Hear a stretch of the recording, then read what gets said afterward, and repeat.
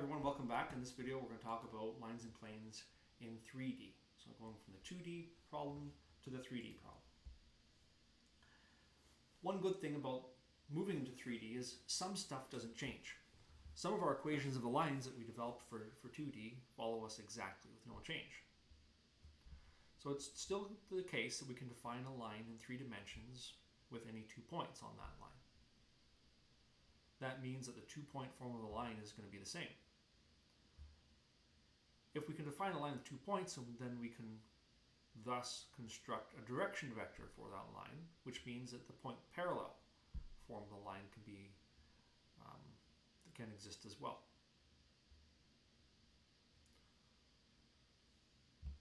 So the definition we have for direction vectors in R2 is the same as the definition for direction vectors we have in 3D. As long as the direction vector is parallel to some line, or as long as the vector is parallel to some line, then we can call that a direction vector for the line. Thus, the following 3 equations of lines have no change. Point parallel, x of t is equal to p plus t times v. Parametric, which is splitting that up into its components, the x, the y, and the z component. Now that we're in 3D, we have a z component. And then the 2-point form of the line, x of t is equal to 1 minus t times 1 point plus t times the other point. Again, no change, no problem. The problem and the change happens for point normal and for standard. Why? Recall that when we took the direction vector in 2D and constructed normal vectors from it, we only had two like typical normal vectors that we would create.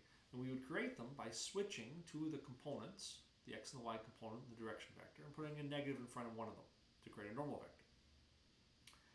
In 3D, we can't do that. There's actually not, there's an infinite number. There is an infinite number of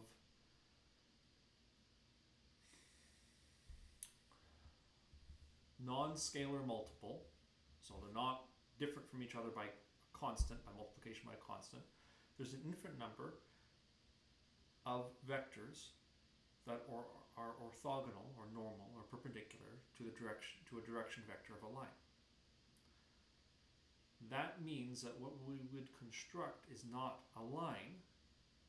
If we define all the normal vectors to a given line, the normal vector is not going to give us a line. It's actually going to give us a plane instead. And I'll talk about what a plane is in a moment. So we lose point normal forms of lines. They become point normal forms of planes. And we lose standard forms of lines in 3D. They become standard forms of planes in 3D. So there's nothing interesting for two-point form, point parallel form, parametric form. I'm not going to go through the calculation in the video. It's here on the slide. You're given 2 points. Find the 2-point form of the line. X of t is 1 minus t times 1 point plus t times the other point. Just plugging in the numbers. Point parallel. Find the direction vector q minus p. Now you have 3 components to subtract instead of 2. No big difference. X of t is still equal to p plus t times v, so you just plug in your numbers there. And the same for this next example. You have a point, 10, 20, 30, and you're told that the line that contains this point is parallel to this vector. If the line is parallel to that vector, then you can use that vector as the direction vector for the line. So you have all your ingredients that you need for point parallel form. P plus t times v, then you decompose that into its x and y and z components for the parametric form. So first do point parallel, then do parametric, just like in 2D. What changes is when we get to planes. In 2D, the expression ax plus by equals c gave us a line. You give it an x value, it gives you a y value. And all those xy pairs end up on a straight line. In 3D, you can do a bit of an experiment. Don't waste too much time on it. Pretty much anything else is more productive than doing this. But what you do instead is pick a value for z, some constant, 7 or 2. Plug it in. Now you have ax plus by plus constant equals d. Subtract from both sides, that whatever the cz was. So you have ax plus by is equal to a constant. That's a line. Okay. You have one line for one particular value of z. Now pick a different value of z, gives you a different line. Different value of z, different line. Well, you have an infinite number of z values that you could choose because there's an infinite number of numbers. Each z value gives you a different line. Stack all those lines together, all of them, and you'll create a sheet, like a piece of paper that extends infinitely in all directions, but not infinitely up and down. Like it's infinitely thin, extending in infinity in the other directions, in every direction except its thickness. Anyway, don't waste time plugging in numbers and experimenting with that. Just trust me, this expression does not give you a line. It gives you a whole bunch of lines, the collection of which can be thought of as a plane, and we will call a plane.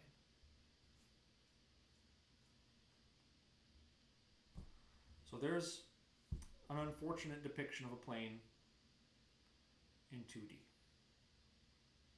Yes, it's possible to look at a segment of a plane and rotate it around, but I don't think it's any more helpful than this.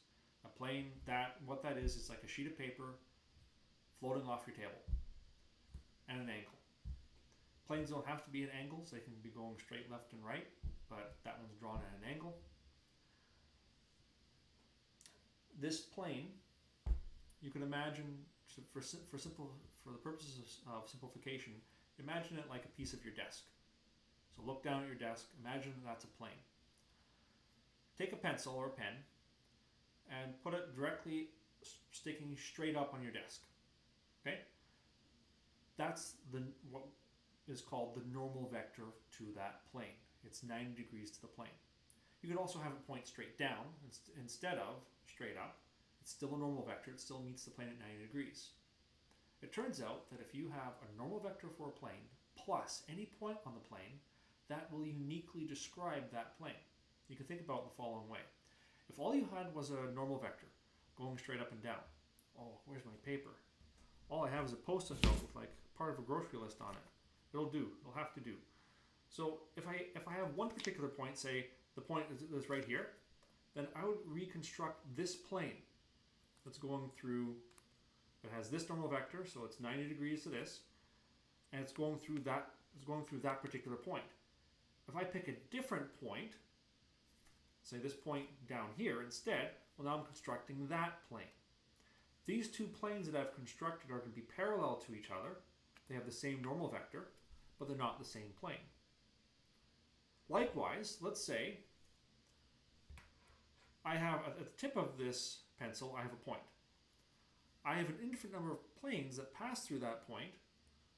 So here's one of them, and here's another one. I can just keep rotating and end up with different planes that contain that point. If I want to describe a unique plane, I need to know for certain what the normal vector for that plane is. So it's not this, it's not that, it's not that. But once I pin that normal vector down, I have not distinguished between this plane and this one.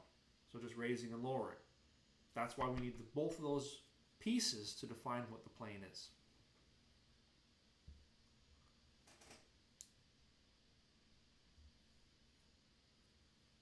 There are other ways to define planes. It is not only something you can define with a single point and a normal vector. It also turns out that you can define a plane by two lines that are contained in the plane. And there's other ways. You can define a plane with 3 points, as long as those 3 points are not themselves in the same line. You can construct a plane that way, and so on. There's other ways. But we'll start with this way. So we will define the normal vector for a plane as a vector that meets that plane at 90 degrees.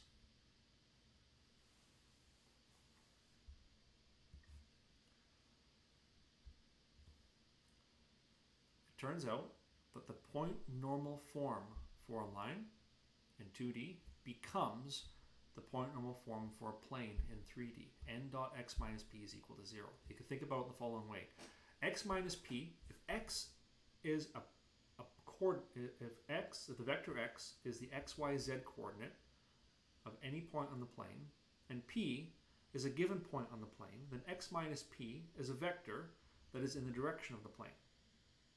It's a direction vector for the plane. Now, a plane has to have more than one direction vector. It needs two direction vectors, but it is a direction vector. N dot x minus p. So you have a dot product between the normal vector of the plane and the direction vector of the plane. Well, if it's a normal vector and a direction vector that are being dotted, they're at 90 degrees to each other. That dot product has to be 0. So it's reminiscent of the way that I justified the formula for point normal form for a line.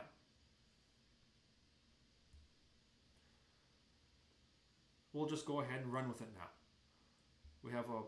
We're asked to construct the point normal equation of the plane that contains the point 5, 6, 7 with the normal vector 0, 1, 3.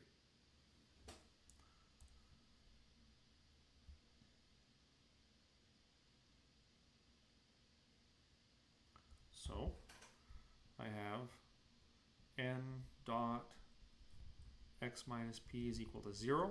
That's the target formula. We have n, 0, 1, 3. We have x minus p. P is 5, 6, 7 equals 0, and that's it. We didn't have to do anything. All the inputs were given to us. I'll draw a quick picture. This is a piece of the plane, part of the plane. Here's the point P on the plane. And then we have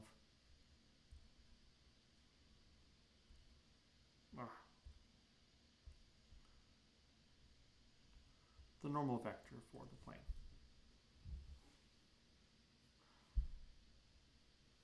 If I chose a different normal vector, then that plane would be tilted, and that plane would still have to contain the plane P.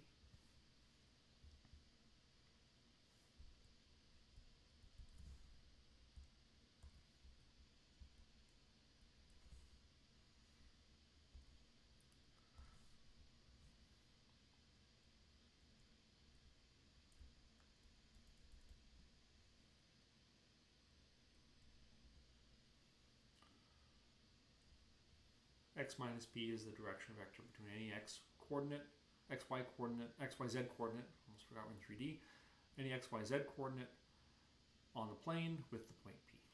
So it's a direction vector.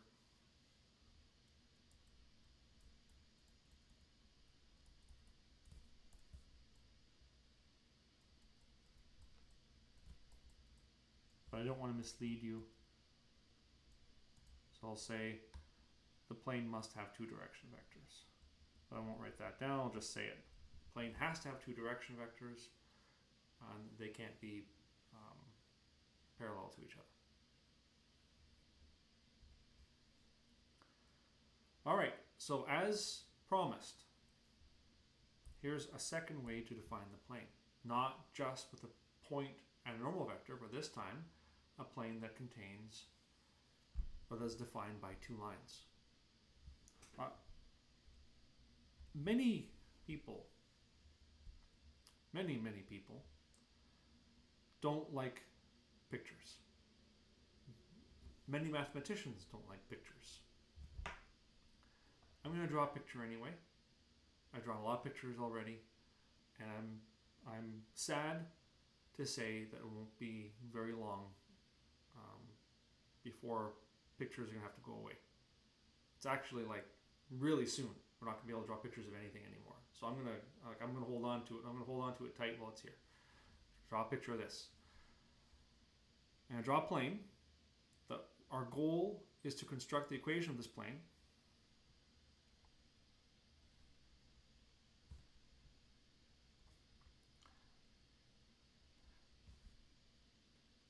And what we have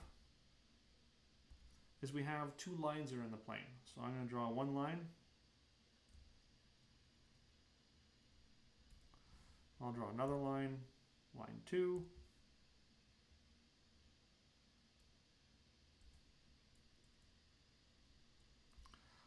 They're going to cross somewhere. You can can tell they're going to cross.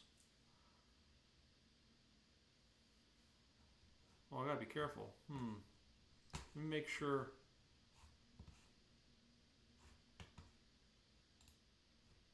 They're not gonna cross. I'm gonna fix this. And what I'm gonna do is, just because I didn't actually check something, it's worth telling you. In 2D, any lines that aren't parallel will always intersect. In 3D, it's not true. I need more pens. Hold on. This will have to do. So 2D, if they're not parallel, so if they are parallel, they don't cross unless they're the same line. If they aren't parallel, they will definitely cross. But if as you move to 3D, this becomes possible. It's called skew lines. So lines that are not parallel to each other, but they don't cross. And what I have here is I have two skew lines. I have two lines that cannot be used to define a plane. So I'm going to fix it. Don't ask me how I'm doing this. No, I want those to add to the, I'm cheating. I'm going to change this first point in the notes so that they're not skew lines.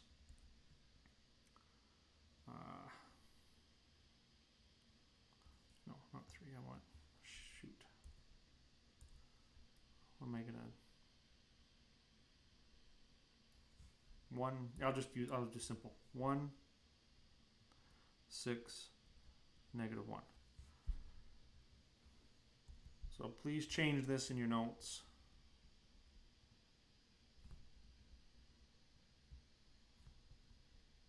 I don't want to give you a problem that's defective. I want to give you a real problem that's defined properly. Okay. So I've drawn those two lines, and those two lines, they definitely cross. They're going to intersect. They will define a plane. We don't need to find the point of intersection. It's not necessary.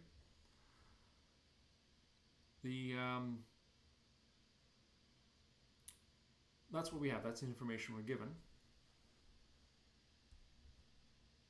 So given plane info.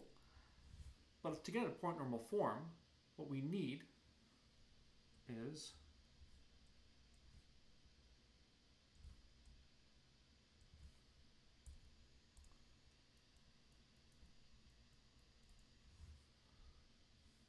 we want a point P, which we have. We have a point that's on the line.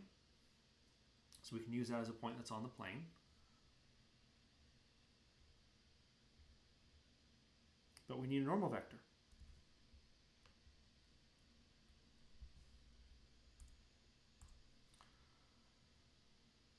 Need P, point on the plane.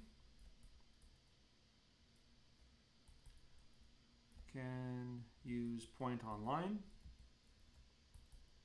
on either line.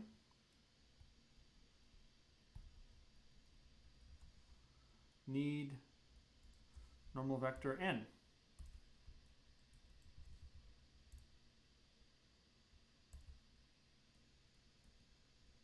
Normal vector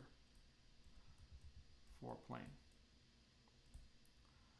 Now, how are we going to do this? How are we going to find a vector n that is normal to the plane that contains those two lines? I'm going to draw in that diagram, the top one,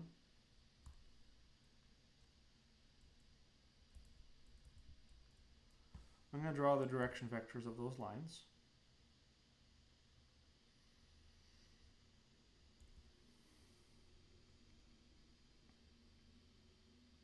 So u and v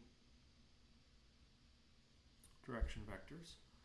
How are we going to take that information we have and use it to construct the normal vector?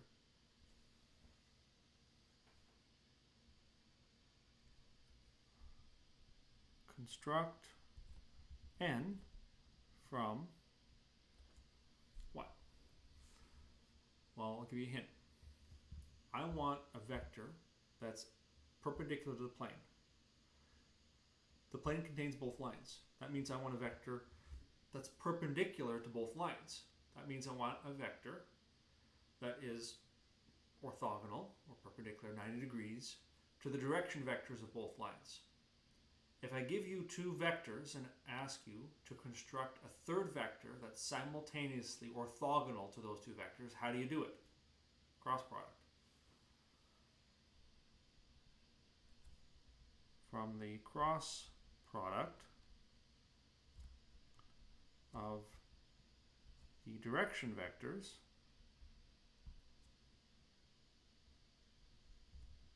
of both lines, n equals 2, 0, 1 cross 0, 1, 1. So we have to cross product those two vectors.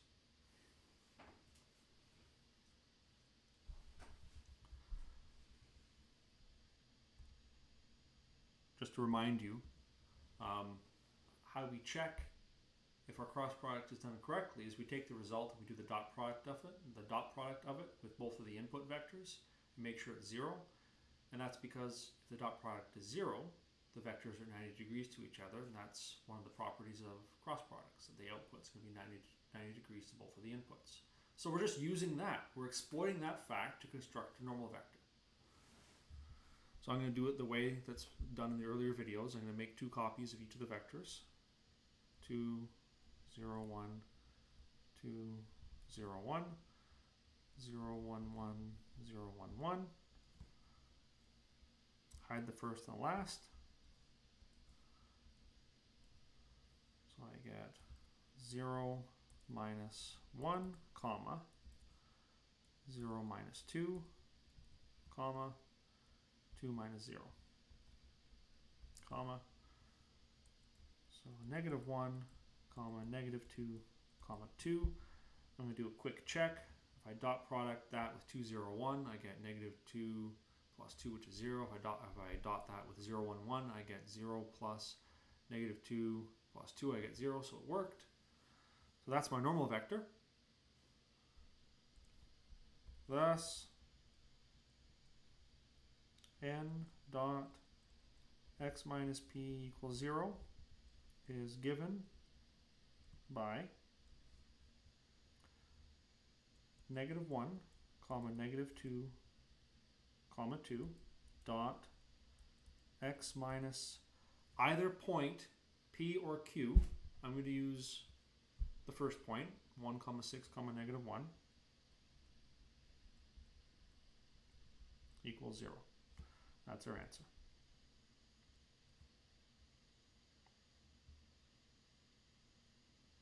This is a famous type of question, very common on tests. Given two lines defining a plane, write the point normal equation of that plane. We'll continue in the next video.